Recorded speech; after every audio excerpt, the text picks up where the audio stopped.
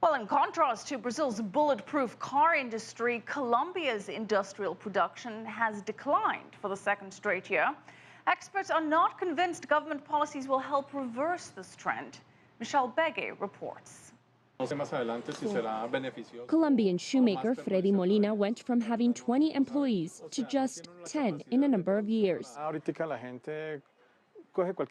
People nowadays can take any product, any style, and sell it very cheap. Why? Because of all the imports from China, Korea, and even Vietnam. It has been difficult years for the national shoe production industry because of cheap imports, but government officials hope that is in the past. In 2014, the sector is embarking on the road of change through the country's Productive Transformation Program. Launched in 2007, the program is a public-private partnership in 8 sectors that lays out an economic development plan to become more globally competitive. But Freddy Molina says he still hasn't seen any support. Maybe what we need is more collaboration from the government, maybe in terms of credits, in order to up production and use more manpower. But the Colombian Association of Shoemakers is optimistic, as it estimates that in the next 3 to 5 years, nationally produced shoes will make up 80% of the market. That is double of what it is today. However, in the famous footwear neighborhood of Bogota called Restrepo, there are concerns about the free trade agreements with competing countries.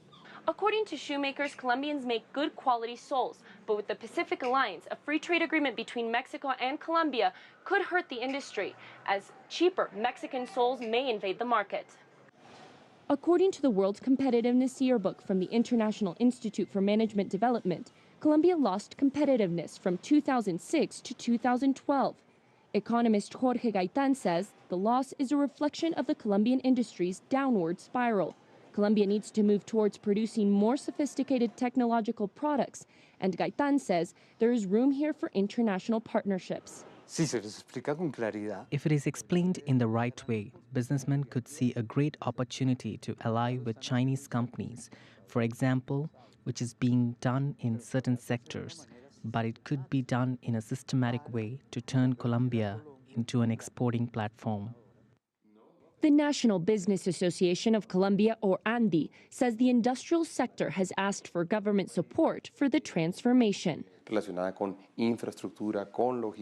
Relating to infrastructure, logistics, paperwork, and energy at low costs. Secondly, we need to correct measures to defend our commerce, to avoid international practices that may be disloyal. In 2013, Colombia's industrial production declined by 1.9%. The president of ANDI remains optimistic for 2014. What we have now is a huge opportunity: qualified labor, a country with stable democracy and legal conditions, a country that has access to 2 oceans. Colombia's industry may have potential, but have local consumers lost faith? Paula Mantilla, a Colombian designer, has been in the clothing industry for 20 years and has seen a huge decline. As Colombia's economy opens up and imports soar, it has been hard to compete as buyers look for international products.